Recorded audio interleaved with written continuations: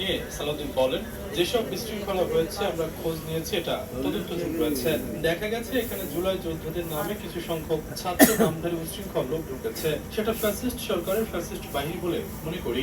আওয়ামী লীগ ফ্যাসিস্টরা বিভিন্ন ফাঁক করে বিশৃঙ্খলার চেষ্টা করছে। এখানে কোনো সঠিক জুলাই বা অভ্যুত্থানের সঙ্গে জড়িত কেউ থাকতে পারে না।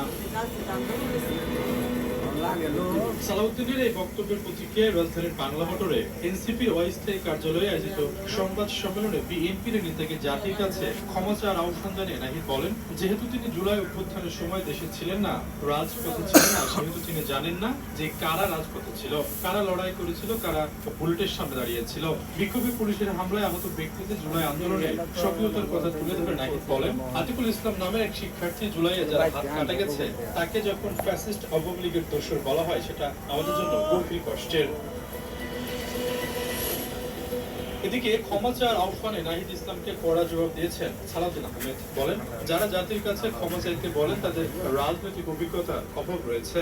বিএনপির স্থায়ী কমিটির সদস্য বলেন, জুলাই গণ অভ্যুত্থানের শহীদ ও আহতদের প্রতি প্রকৃত সম্মান জানানোর একমাত্র পথ হলো তাদের আকাঙ্ক্ষা বাস্তবায়ন করা।